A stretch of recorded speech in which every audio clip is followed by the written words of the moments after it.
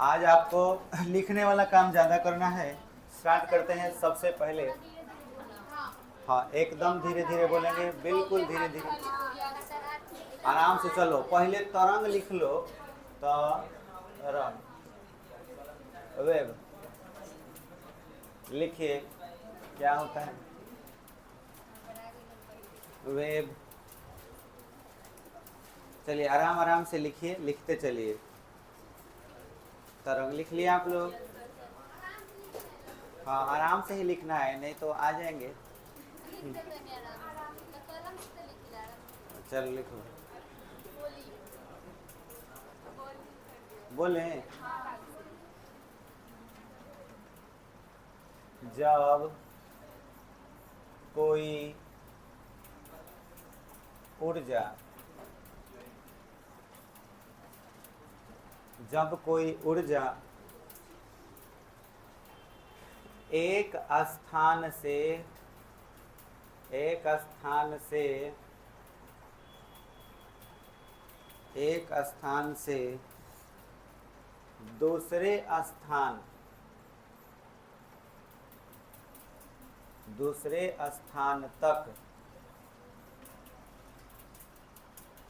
संचरित होती है, संचरित संचरित होती है।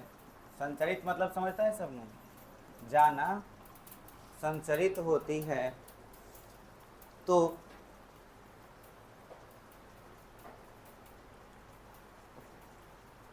तो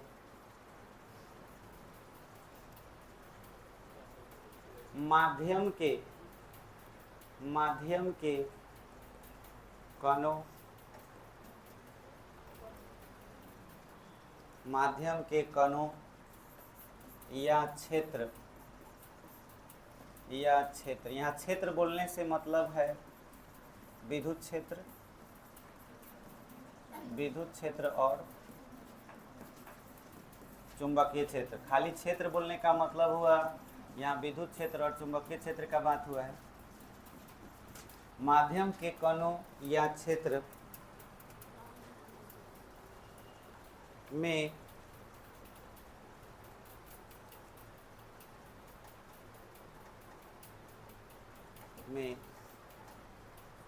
ऊर्जा के कारण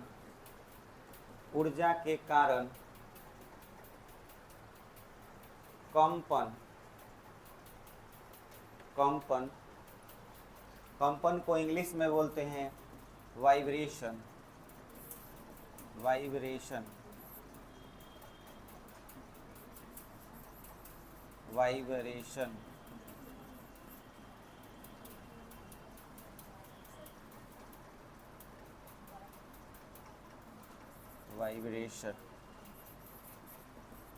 हो गया। कारण कंपन, क्षेत्र ऊर्जा के कारण कंपन होता है और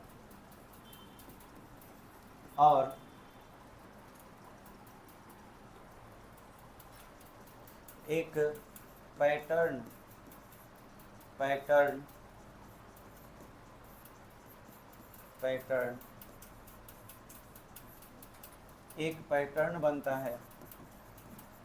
पैटर्न बनता है जो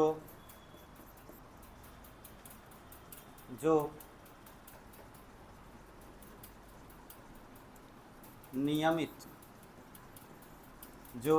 मतलब रेगुलर रहता है, जो नियमित यानी कि रेगुलर रहता है। इस पैटर्न को ही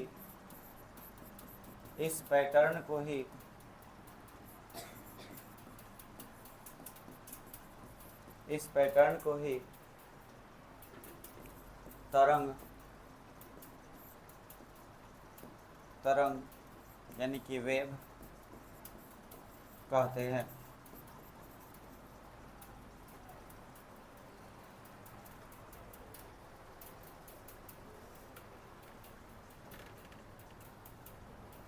हो गया? थोड़ा समझते हैं इसको भाई। का लिखे समझा तो दिए ही थे, अगर कोई एनर्जी इस पॉइंट से इस पॉइंट तक पहुंच रही है, ठीक है, तो एनर्जी को ट्रेवल करना है। देखो क्या लिखवा है कि जब कोई ऊर्जा एक स्थान से दूसरे स्थान तक संचरित होती है, एक स्थान आपका ये हो गया। अब यहाँ पे मान के चलो कोई एनर्जी है, जैसे कि हीट एनर्जी, या यहाँ पे साउंड एनर्जी भी हो सकता है। यहाँ हीट एनर्जी छोड़ो, साउंड एनर्जी का ही एग्जांपल ले लेते हैं। साउंड एनर्जी है, तो साउंड एनर्जी का यहाँ पे क्या होगा, सोर्स होगा। साउंड एनर्जी सोर्स यहाँ पे है, और यहाँ पे आपका क्या है, रिसीवर।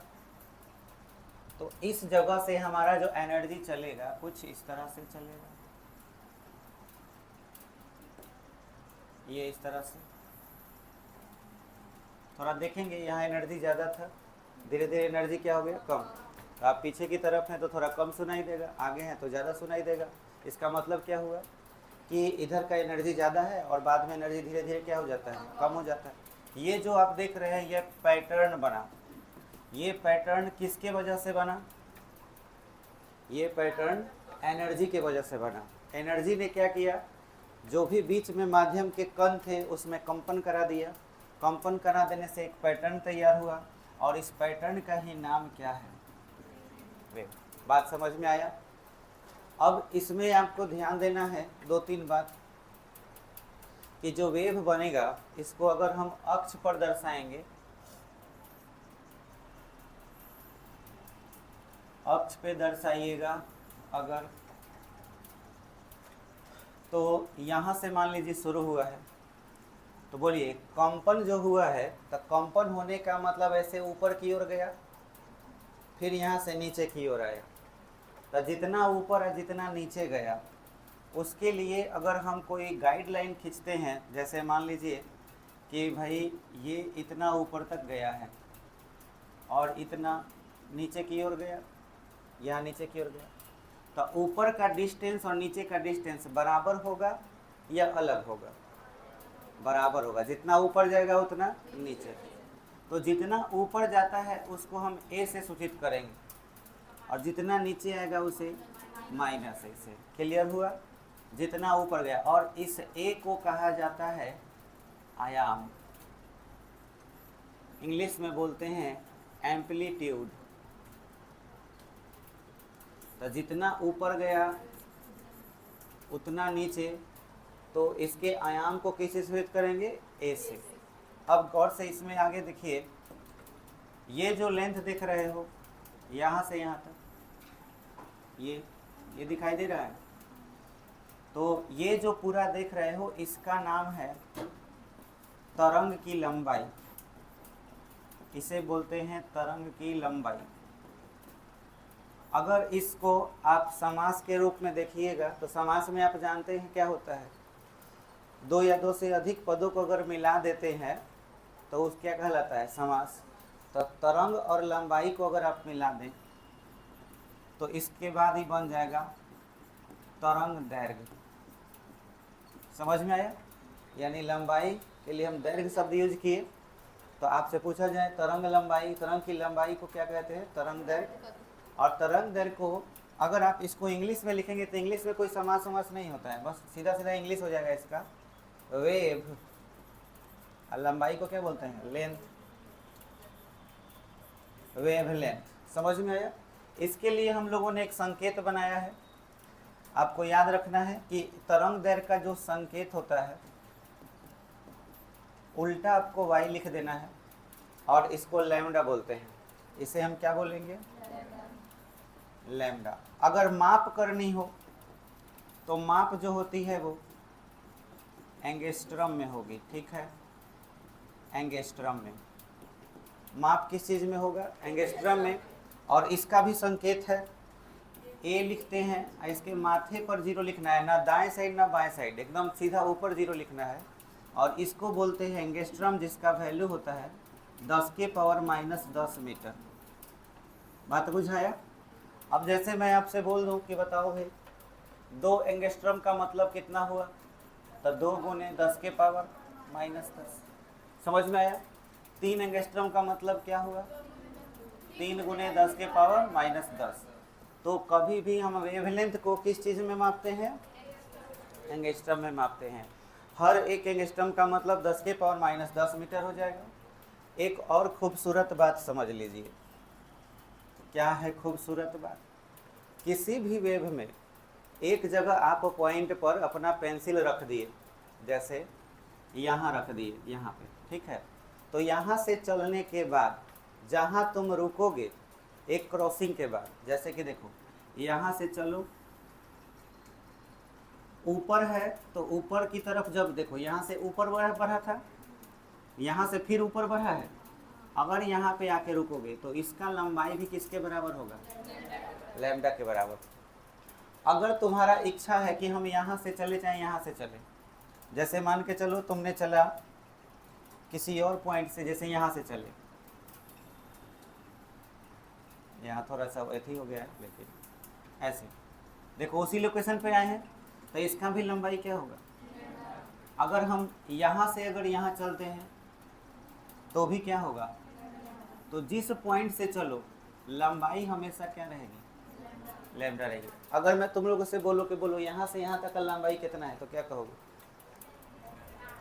बोलो बहादुरों, कितना लंबाई है? सामने आंसर दिख रहा है। ये है 1 लैम्डा, ये 1 लैम्डा, 2 लैम्डा, और है कितना है? तो 2 लैम्डा प्लस लैम्डा बाई 2, 2 गुना 4 है 5 लैम्डा बाई 2। तो इसका पूरा लंबाई कितना हुआ? 5 लैम्डा बाई 2। क्लियर हुआ? इतना दूर तक का 1 लैम्डा हुआ, फिर ये 2, और है आधा है, आधा को क्या बोलोगे? Lambda by 2। क्या ये बात समझ में आया? अब आपसे हम बोलें कि हमारे पास 3 तरह का वेव है, तीनों वेव को गौर से देखिए।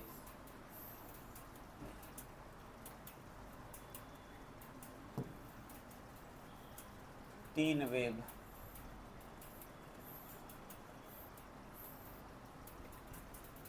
एक ये वेव है,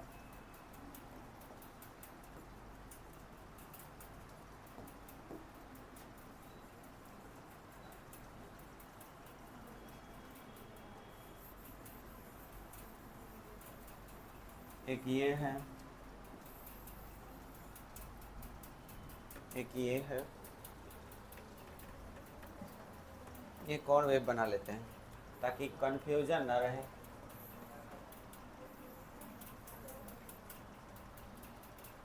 हाँ जी, आपके पास वेव 1, वेव 2, वेव 3 और वेव 4 है। 4 वेव है। इसमें सिर्फ ये बताना है कि किस वेव में सबसे ज़्यादा बार कौन वाइब्रेशन किया है। वाइब्रेशन सबसे ज़्यादा किस में? 1 में। और सबसे कम वाइब्रेशन? बहुत अच्छा, इतना पहचानने आ गया।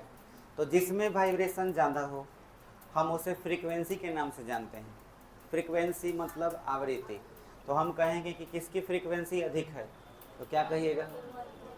वेव 1 की फ्रीक्वेंसी अधिक है और इसकी फ्रीक्वेंसी, इतना बुझाया? तो आप थोड़ा सा इसको आप आरोही क्रम में सजाइए, तो मतलब बढ़ते क्रम में आपको बताना है कि किसका फ्रीक्वेंसी सबसे कम, फिर उससे ज़्यादा, फिर उससे ज़्यादा और फिर उससे ज़्यादा। सबसे कम फ्रीक्वेंसी वेव 4, उसके बाद वेव 3, उसके बाद वेव 2 और वेव 1। बहुत अच्छा। एक किसका क्रम तुमने बताया? फ्रीक्वेंसी का। बहुत सुंदर। अभी थोड़ी देर पहले एम्पलीट्यूड पढ़ाए हैं, आयाम। तो आयाम के क्रम में सजाओ कि किसका आयाम ज़्यादा है। आयाम किसका ज़्यादा है? वेव 1 का हाइट सबसे ज़्यादा है, तो क्या होगा? वेव 4, सॉरी सबसे कम, सबसे कम वेव 1, सबसे कम वेव 1। उसके बाद है, दोनों में देखा जाए तो हाइट बड़ा हो गया है इसके तुलना में, तो इसका आयाम इससे थोड़ा क्या है? द वेव 3, ए से ज़्यादा कौन? वेव 2, और सबसे ज़्यादा वेव 4। बोलो आयाम समझ में आया? आयाम मतलब हाइट, समझ में आया? और फ्रीक्वेंसी का मतलब वाइब्रेशन। वाइब्रेशन जो होगा ज़्यादा बार होगा तो कहेंगे कि फ्रीक्वेंसी ज़्यादा है। अब वाइब्रेशन सबसे ज़्यादा, अगर हम कहें आवाज़ का वाइब्रेशन का बात करें तो उदाहरण था समझने के लिए कि भाई आप क्या समझ पा रहे हो, इस चीज़ को समझो कि फ्रीक्वेंसी क्या होता है, एम्पलीट्यूड क्या होता है। अब जैसे लड़का का आवाज़ और लड़की की आवाज़ में किसका आवाज़ पतला होता है? लड़की का आवाज़ पतला होता है। तो पतला आवाज़ में वाइब्रेशन ज़्यादा होगा या फिर मोटे आवाज़ में वाइब्रेशन ज़्यादा होगा? मोटे आवाज़ में वाइब्रेशन ज़्यादा होगा। आए कभी ऐसा करके देखे हो प्रैक्टिकल कि कोई चीज़ से पतला आवाज़ निकलता हो और किसी चीज़ से मोटा आवाज़ निकलता हो? आए कोई जैसे गिटार हो गया, हारमोनियम हो गया, तबला हो गया, तबला से कैसा आवाज़ निकलता है? मोटा आवाज़ निकलता है, और गिटार से पतला आवाज़। आप लोग को प्रूफ दिखाना पड़ेगा तो आप जाके होगा। रुकिए दिखाते हैं। इनमें दो गो चीज़ और जोड़ दो। देखो भाई ऊपर वाला जो सबसे हाईएस्ट पॉइंट दिख रहा है सब, ये वाला पॉइंट, इसको इंग्लिश में बोलते हैं क्रेस्ट और हिंदी में बोलते हैं श्रिंग। श्रिंग श्रिंग। और सबसे है नीचे वाला जो दिख रहा है सब पॉइंट, इसका नाम है ट्रफ। ट्रफ हिंदी में बोलते हैं गर्त। श्रिंग एवं गर्त। तो वेव में एक हाईएस्ट पॉइंट होता है, एक लोएस्ट पॉइंट होता है। हाईएस्ट पॉइंट क्रेस्ट बोला जाएगा, लोएस्ट पॉइंट ट्रफ बोला जाएगा। ट्रफ जिसको हम गर्त बोलेंगे, श्रिंग एवं गर्त।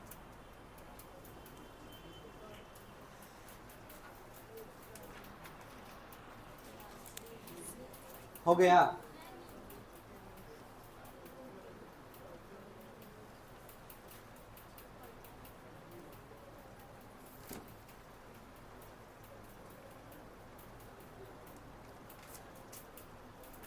आइए चलिए हम आप लोग को दिखाते हैं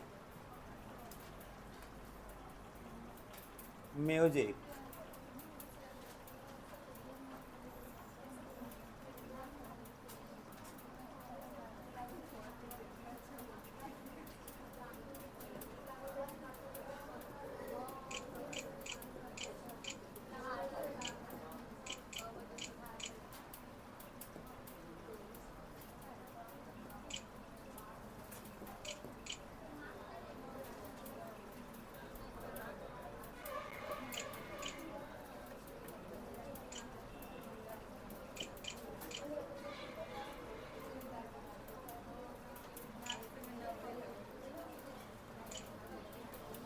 हाँ जी,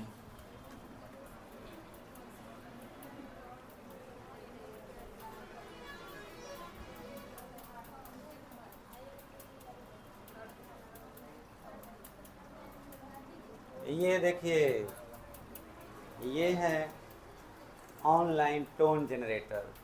इसके जरिए हम पता कर पाएंगे कि वाइब्रेशन का मतलब फ्रीक्वेंसी, जिसका फ्रीक्वेंसी ज़्यादा उसका आवाज़ पतला कि मोटा, यहाँ से पता चले। देखिए कितना फ्रीक्वेंसी सेट है, 440 HZ है। अब इसके आवाज़ को सुनिएगा जरा, किधर है प्ले, इधर, ये देखिए आवाज़ सुनाई दिया, स्टॉप। अब हम फ्रीक्वेंसी बढ़ा दें कि घटा दें? बढ़ा दें। ये फ्रीक्वेंसी हमने यहाँ सेट किया, कितना पे?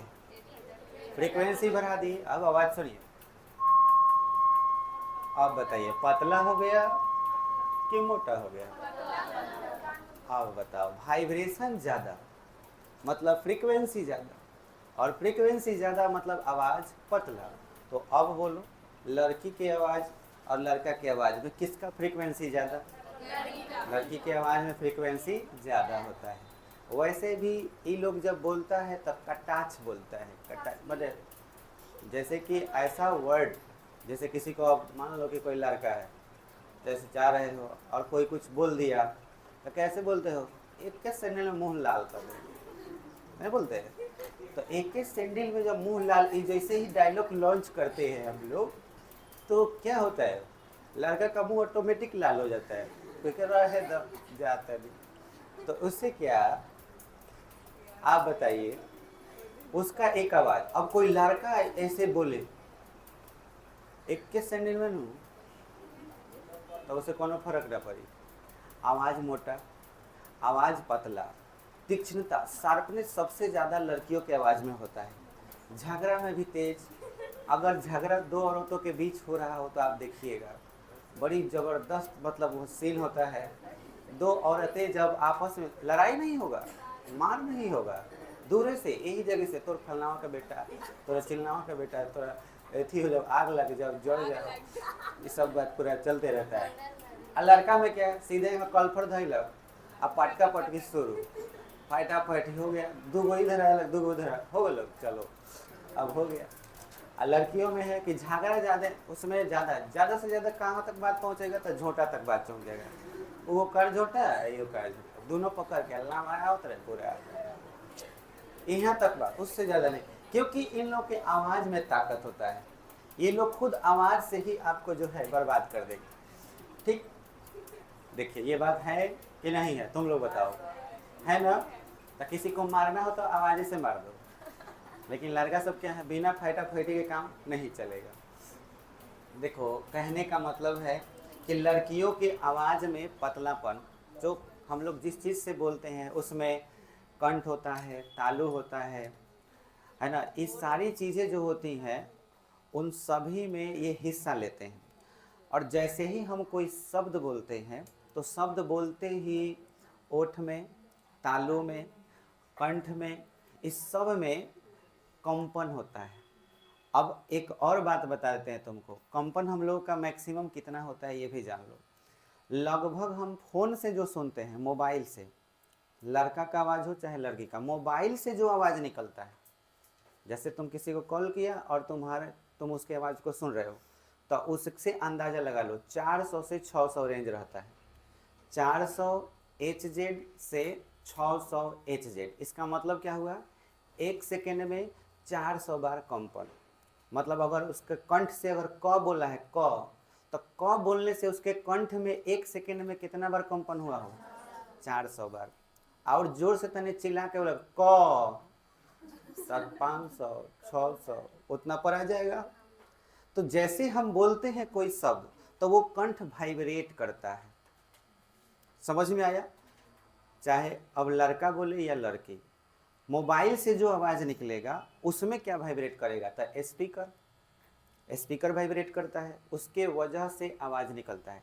लेकिन हम जब बोलते हैं तो हमारे आवाज़ का जो फ्रीक्वेंसी होता है लड़कियों का और लड़कों में, अब लड़का का जो होगा वो निकलेगा 600 700, धीरे बोलोगे तो 200 पर आ सकता है, 250 पर भी आ सकता है, और ज़्यादा कम मुँह में बुदबुदा दिए तो सुनैबो नहीं करेगा। देखो 22 HZ, अब मुँह में गरिया रहे हैं, किसी को तार रहे हैं कि जो तोरा मतलब धरा के तोरा मैंने हम खराब को जो शब्द कहे कि ना चाहते रहे नहीं। हाँ, तो देखिए फ्रीक्वेंसी देखिए कितना है, आवाज़ नहीं सुनाई देगा, लेकिन ये भी फ्रीक्वेंसी होता है।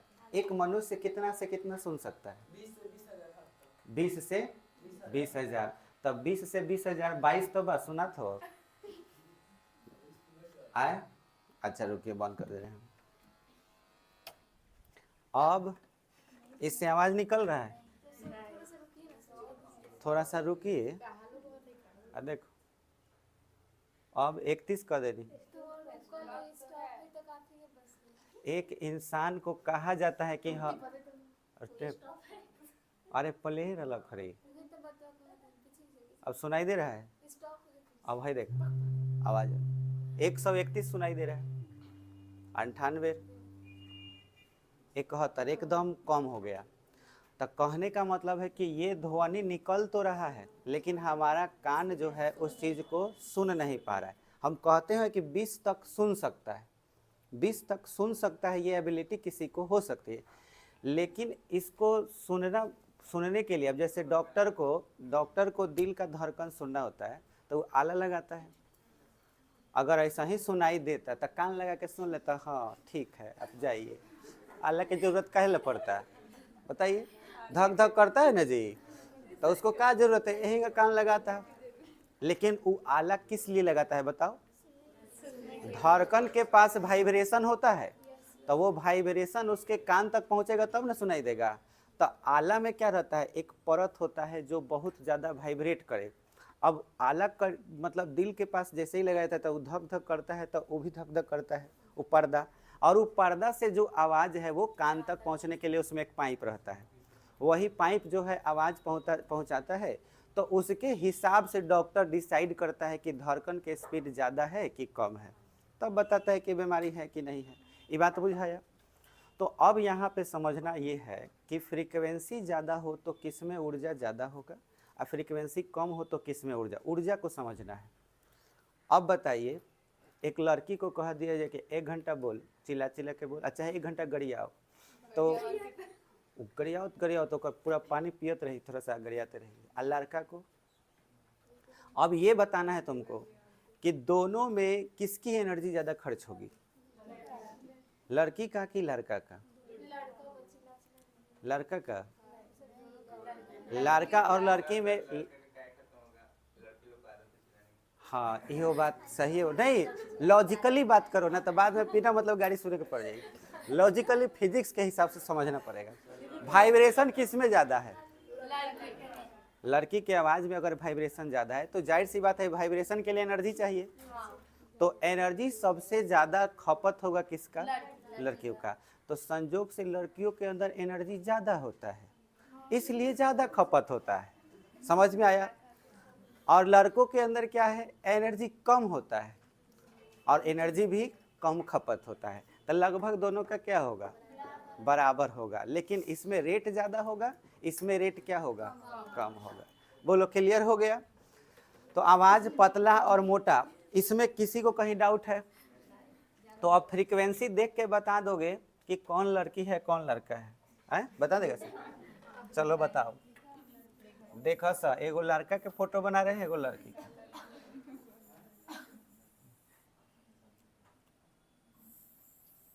कौन लड़का? ऊपर वाला लड़की और नीचे वाला लड़का। बताओ, अब लड़का लड़की लिखना हो तो हैंगा लिख देंगे, हो गया। क्या जरूरी है बोलने के लिए? ये हो गया लड़का, ये हो गया। काथी है, पता नहीं चला कि लड़का कौन है लड़की कौन है? बुझा गया कि नहीं जी?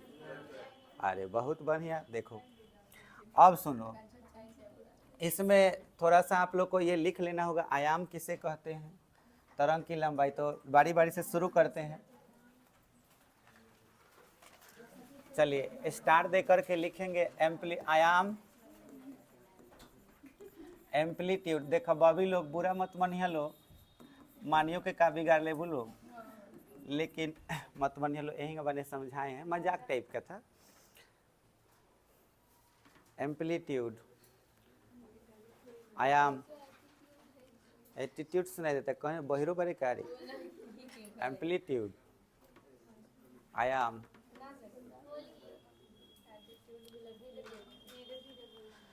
माध्यम में, माध्यम में, माध्यम में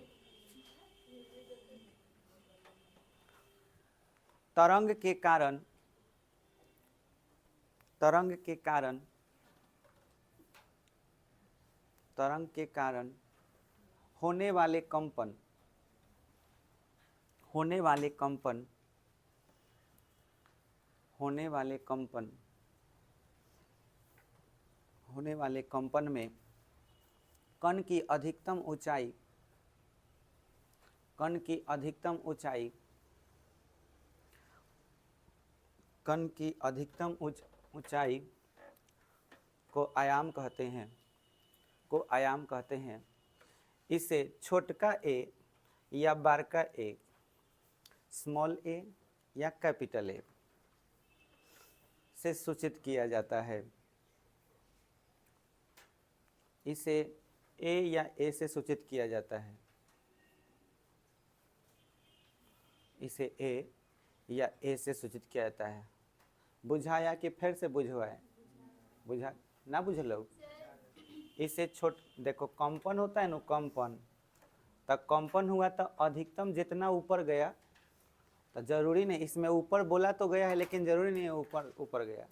छत पर हम लोग बचपन में खेल खेलते थे, छत पर चले गए और छत पर ले जाने के बाद रॉड वोड जो निकला रहता था, रॉड धो के हैंगर लमरा देते थे, एक ही बार भन देखिन बजने लगता था। किए हो? हम हाँ, तो भन जैसे कि मैंने खींचे और बाद वाइब्रेट करने लगता था, 1 सेकेंड में 10 बार 15 बार वाइब्रेट करेगा। तो जितना आगे जाए और चाहे जितना पीछे आए, मैक्सिमम जो डिस्टेंस होगा उसी का नाम क्या होगा? आयाम होगा। ये बात समझ में आ रहा है? 1 सेकेंड में तुम जितना बार कोई कार्य करो वो सब क्या है? आपका फ्रीक्वेंसी है। और जितना कार्य अधिकतम हाइट में हुआ उस हाइट का नाम क्या है? आयाम। ये बात समझ में आया? आयाम का वैल्यू दूरी से अलावा और कुछ भी हो सकता है। जैसे मान के चलो हम तुमको एसी पढ़ाए थे ना, एसी, तो एसी में धारा का मान ऐसे घटते बढ़ते रहता है। अब बताओ धारा का शिखर मान ही कहलाता है आई नो। अब हम तुमसे बोले कि बोलो इतना धारा हो गया, किसी परिपथ में 2 एम्पियर 3 एम्पियर 4 एम्पियर, मैक्सिमम कितना एम्पियर हो रहा है? 5। तो कहने का मतलब यहाँ भी तो कंपने है एक तरह से, कितना एम्पियर तक पहुँच रहा है? 5 तक। तो हम बोलेंगे कि इसका आयाम कितना है? 5 एम्पियर। तो चाहे किसी भी चीज़ का बात हो, मैक्सिमम वैल्यू आयाम हो जाएगा। ठीक है, आयाम लिख लिए आप लोग। अब आपको लिखना है तरंग दैर्घ्य। तरंग दैर्घ्य, English wave length. Wave length बहुत ही सिंपल है। तरंग की लंबाई को, तरंग की लंबाई को तरंग दैर्घ्य कहते हैं। तरंग की लंबाई को तरंग दैर्घ्य कहते हैं। तरंग दैर्घ्य कहते हैं जो 2 सिरिंग या 2 गर्त के बीच की दूरी होती है। जो 2 सिरिंग या 2 गर्त के बीच की दूरी होती है। 2 सिरिंग, सिरिंग सिंगार जी से लिखा ला मैंने, सिरिंग, 2 सिरिंग या 2 गर्त के बीच की दूरी होती है। 2 गर्त के बीच की दूरी होती है। 2 सिरिंग या 2 गर्त के बीच की दूरी होती है। हो गया। इसे लैम्डा से सूचित किया जाता है। इसे लैम्डा से सूचित किया जाता है। इसे लैम्डा से सूचित किया जाता है। हो गया। लैम्डा माने उल्टा वाई। हो गया। एक और चीज क्या बताए हैं? आयाम तो बता दिए, आवृत्ति, इंग्लिश फ्रीक्वेंसी, फ्रीक्वेंसी लिखे। इकाई समय में, इकाई समय में होने वाले कंपनों की संख्या, इकाई समय में होने वाले कंपनों की संख्या, कंपन माने वाइब्रेशन, कंपनों की संख्या को आवृत्ति कहते हैं। को आवृत्ति कहते हैं। को आवृत्ति कहते हैं। इसे एफ या न्यू, न्यू या एन, न्यू समझता रह सकेंगे लिखता है। भी जो होता है ना, भी अगर तनी से खींच देना है तो क्या हो जाएगा? न्यू। इसको न्यू बोल सकते हैं या एन से सूचित किया जाता है। इसे एफ, न्यू या एन से सूचित किया जाता है। बोलो, अतः एफ बराबर फॉर्मूला क्या हो जाएगा? 1/T।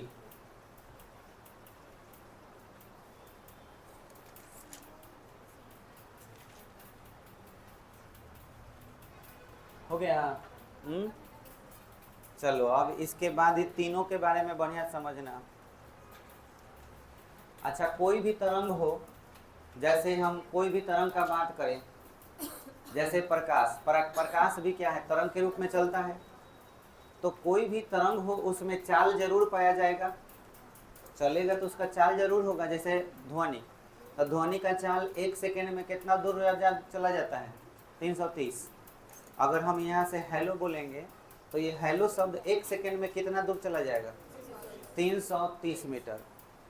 अब आपसे हम कहें कि आप एक पहाड़ के किनारे खड़े हैं, आपके सामने एक पहाड़ है, वहाँ पे जोर से आप अपना नाम लीजिएगा तो आप ही का आवाज़ दोबारा सुनाई देगा टकरा के, ऐसा होता है। तो वो बताइए, आवाज़ अगर अब हम आपसे कहें कि पहाड़ जो है आपसे टोटल, अभी पहाड़ जो है आपसे टोटल 1000 मीटर की दूरी पर है, मतलब दूरी टोटल कितना है, 1 किलोमीटर, यानी 1000 मीटर। अब मेरा सवाल ये है कि बताओ, तुम अगर कुछ नाम बोलते हो, जैसे अपना नाम चिल्लाते हो बोलकर, तो कितना देर बाद तुम्हारा आवाज़ सुनाई देगा, बोलो। 3 सेकेंड। हाई पहाड़ हो गया, हाई तुम हो गए, जोर से चिल्लाया सब। यहाँ से यहाँ तक का दूरी कितना है, 1000। बोलो 1 सेकेंड में कितना जाएगा, फिर 1 सेकेंड में टोटल कितना चले गए, फिर 1 सेकेंड में 330, टोटल 990, हल्का 10 से रह गया, तो ये लगभग 3 सेकेंड मान लेते हैं। तो जाने में 3 सेकेंड, फिर आने में 3 सेकेंड, टोटल कितना सेकेंड बाद सुनाई देगा, 6 सेकेंड बाद। अब बिजली गरजती है जब, तो पहले क्या दिखाई देता है, प्रकाश का चाल कितना होता है, 3 गुने 10 के पावर 8, मतलब सीधे सीधे 3 पर 8 गो जीरो, इकाई दहाई सैकड़ा हजार 10,000 लाख 10 लाख करोड़ में ही आ जाएगा, तो 30 आपका करोड़ में आ जाएगा। तो कहने का मतलब इतना, आएगो तनी सा हाई देख लो, ये ध्वनि के चाल है, आई काथी के चाल है, प्रकाश की चाल। इसको किलोमीटर में बदल दो तो एक हाई देखो 3 गो जीरो गायब हो जाएगा, तो ये किलोमीटर हो गया। तो इकाई दहाई सैकड़ा हजार 10,000 लाख कितना हो गया, 3 लाख किलोमीटर प्रति सेकेंड, माने 1 सेकेंड में कितना, 3 लाख किलोमीटर। और जहाँ आपका ये कितना है, 330, वो मीटर प्रति सेकेंड, तो ये तो बहुत ज़्यादा स्पीड हो गया।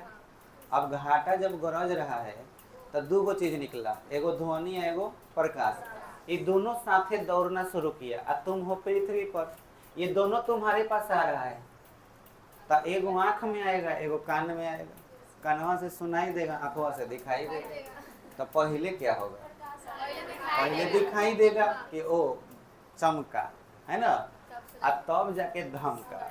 ये बात मतलब सुनाई दिया, काहे ऐसा हुआ। हाँ, इतना तो क्लियर है। अब सुनो बाबू लोग, अभी जो हम तुम लोग को चाल के बारे में बताए हैं, तो बहुत अच्छा अच्छा न्यूमेरिकल, अच्छा अच्छा कॉन्सेप्ट जो है आगे पढ़ना है, इसी फॉर्मूला पर पढ़ना है जो अभी हम सिखा रहे हैं। तो कोई भी चाल हो, हम तुम्हें सीधा सीधा लिख रहे हैं कि तरंग की चाल। अब तरंग की चाल में याद रखना, अगर सी लिखा गया तो प्रकाश का चाल कहलाएगा, समझ में आया। भी लिखा गया तो समझ जाना प्रकाश के चाल छोड़ के कोई भी चाल हो सकता है, ध्वनि का भी चाल हो सकता है। ये बात समझ में आया।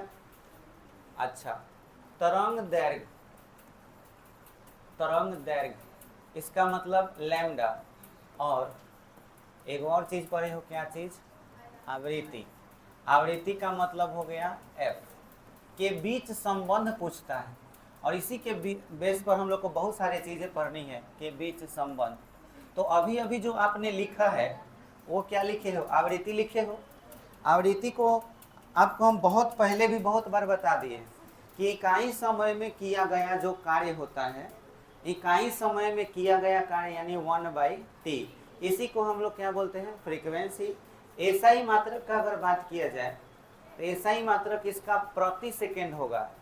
टी का वैल्यू रखिएगा, 1/s लिखिएगा तो s का पावर कितना आएगा, -1। इसको क्या बोलते हैं, प्रति सेकेंड। और प्रति सेकेंड इसको hz के नाम से जाना जाता है, HZ का मतलब होता है हर्ट्ज। ये बात समझ में आया? हर्ट्ज ये सिंबल हो गया, आपको याद रखना है HZ। तो अभी जो आप लिखे हो उसके नीचे आप ये नोट कर लीजिएगा, लेकिन पहले हाई देख लीजिए तरंग की चाल। नॉर्मल फॉर्मूला हम लिख रहे हैं, आप बताइए जीवन में कभी चाल का फॉर्मूला पढ़े हो? चाल बराबर दूरी बटा समय, बस इसे याद रखना अच्छे से। इसी से तुम्हारा यहाँ का रिलेशन मिल जाएगा। बहुत अच्छा कॉन्सेप्ट है, इसे एकदम याद रखना, बहुत जरूरी चीज़ है।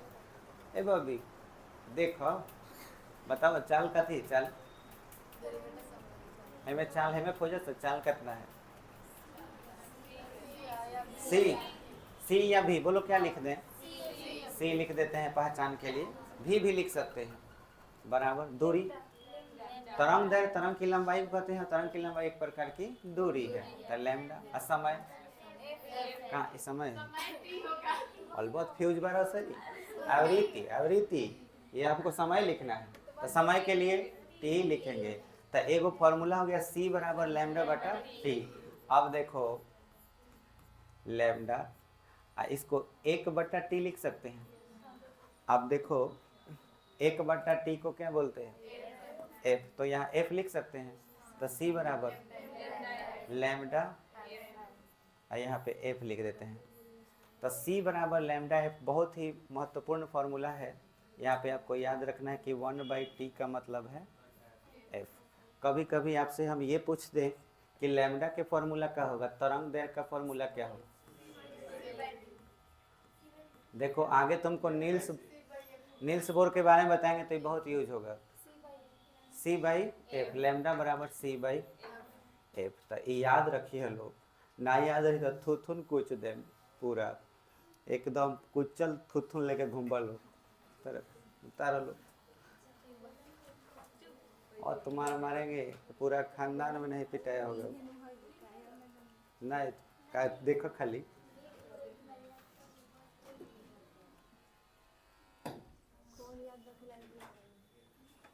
कैसे निकाले हैं ये सब याद रहना चाहिए।